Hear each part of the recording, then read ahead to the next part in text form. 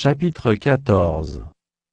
Faites accueil à celui qui est faible dans la foi, et ne discutez pas sur les opinions.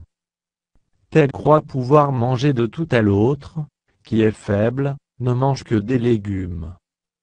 Que celui qui mange ne méprise point celui qui ne mange pas, et que celui qui ne mange pas ne juge point celui qui mange, car Dieu l'a accueilli. Qui es-tu, toi qui juges un serviteur d'autrui? S'il se tient debout, ou s'il tombe, cela regarde son maître. Mais il se tiendra debout, car le Seigneur a le pouvoir de l'affermir. Tel fait une distinction entre les jours, tel autre les estime tous égaux. Que chacun ait en son esprit une pleine conviction. Celui qui distingue entre les jours agit ainsi pour le Seigneur. Celui qui mange, c'est pour le Seigneur qu'il mange, car il rend grâce à Dieu. Celui qui ne mange pas, c'est pour le Seigneur qu'il ne mange pas, et il rend grâce à Dieu. En effet, nul de nous ne vit pour lui-même, et nul ne meurt pour lui-même. Car si nous vivons pour le Seigneur, et si nous mourrons pour le Seigneur. Soit donc que nous vivions, soit que nous mourions, nous sommes au Seigneur. Car Christ est mort et il a vécu, afin de dominer sur les morts et sur les vivants. Mais toi, pourquoi juges-tu ton frère, ou toi, pourquoi méprises-tu ton frère, puisque nous comparaîtrons tous devant le tribunal de Dieu? Car il est écrit: Je suis vivant, dit le Seigneur, tout genou fléchira devant moi, et toute langue donnera gloire à Dieu.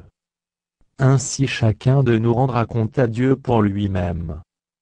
Ne nous jugeons donc plus les uns les autres, mais pensez plutôt à ne rien faire, qui soit pour votre frère une pierre d'achoppement ou une occasion de chute.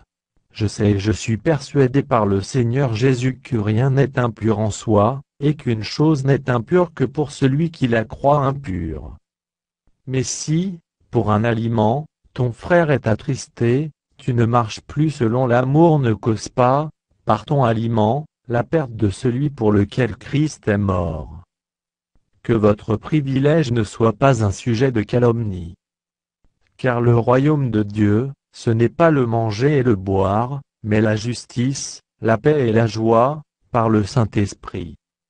Celui qui sert Christ de cette manière, est agréable à Dieu et approuvé des hommes. Ainsi donc, recherchons ce qui contribue à la paix et à l'édification mutuelle. Pour un aliment, ne détruis pas l'œuvre de Dieu. À la vérité toutes choses sont pures, mais il est mal à l'homme, quand il mange, de devenir une pierre d'achoppement. Il est bien de ne pas manger de viande, de ne pas boire de vin, et de s'abstenir de ce qui peut être pour ton frère une occasion de chute, de scandale ou de faiblesse. Cette foi que tu as, garde-la pour toi devant Dieu. Heureux celui qui ne se condamne pas lui-même dans ce qu'il approuve. Mais celui qui a des doutes au sujet de ce qu'il mange est condamné, parce qu'il n'agit pas par conviction. Tout ce qui n'est pas le produit d'une conviction est péché.